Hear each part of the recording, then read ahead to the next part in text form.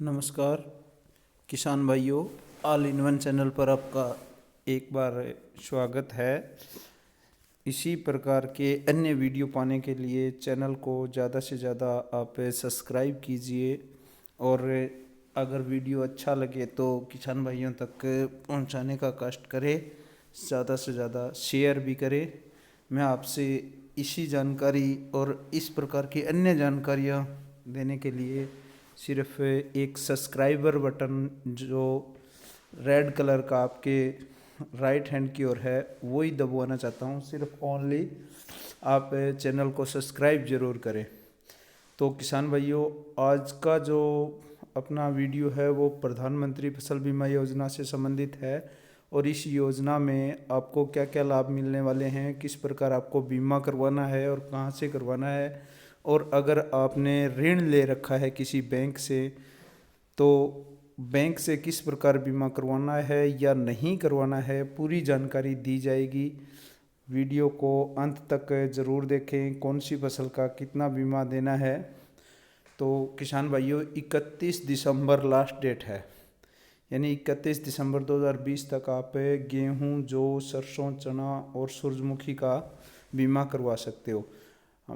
अभी इन 5-6 ज़िला जैसे क्लस्टर 1 में हरियाणा को 3 क्लस्टरों में बांटा है, जिसमें प्रथम क्लस्टर में पंचकुला, कुरुक्षेत्र, कैथल, सिरसा, भिवानी, रेवाड़ी और फरीदाबाद है। इनकी एक कंपनी है agriculture company insurance company of India limited AIC। ये कंपनी इन सभी ज़िलों में बीमा देगी और अगर क्लेम हुआ तो इस कंपनी से हम ये ज़िला के किसान हैं इससे क्लेम ले सकते हैं। अब बात रही गेहूं की, तो गेहूं का पूरा जो बीमा की राशि है वो 26,027 पैसे है, जिसमें से किसान भाइयों को 390 रुपये देने होंगे और जौ का जो प्रीमियम है वो 17,000 भरना है, जिसमें से 255 किसान भाई भरेंगे, बाकी गवर्नमेंट भरेगी। सरसों का इसी प्रकार 17,500, जिसमें से 262 रुपये 50 पैसे किसानों को भरने हैं। चना का है 13,000 रुपये, जिसमें से 195 रुपये वो किसान को भरने हैं और सूरजमुखी के 17,000 रुपये हैं, जिसमें से 255 रुपये किसान को भरने हैं। ये इसके लिए सभी कृषकों की बीमा कवरेज भारत सरकार के पोर्टल PMFBY.gov.in द्वारा ही स्वीकृत होंगे, यानी आपके बीमे इस पोर्टल से ही ऑनलाइन भरे जाएंगे, कोई ऑफलाइन नहीं होगा, ऑनलाइन ही भरने होंगे और पेमेंट भी गेटवे द्वारा होगी। और इसको बीमा को करवाने के लिए किसान को आधार नंबर का होना ज़रूरी है। अगर किसी का आधार कार्ड नहीं बना है तो और वो बीमा करवाना चाहता है तो आधार कार्ड अपना बनवा ले।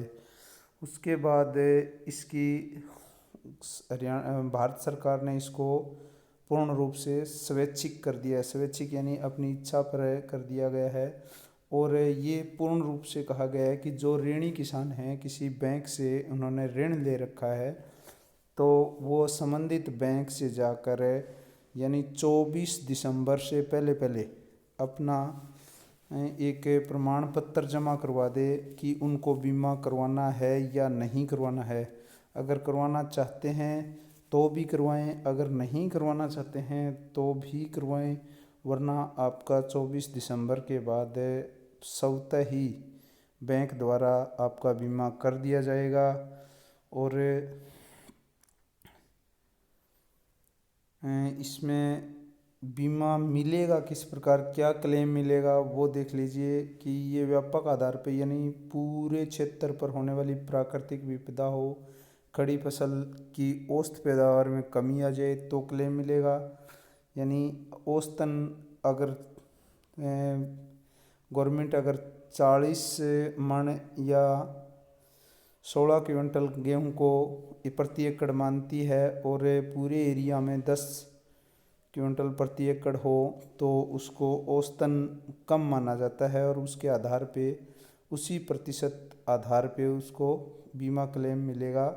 दूसरा है जल भराव, ओलावृष्टि, बादल का फटना, आसमानी बिजली गिरना या आग के कारण फसल को नुकसान होना। इस स्तर पे किसान को क्लेम दिया जाएगा।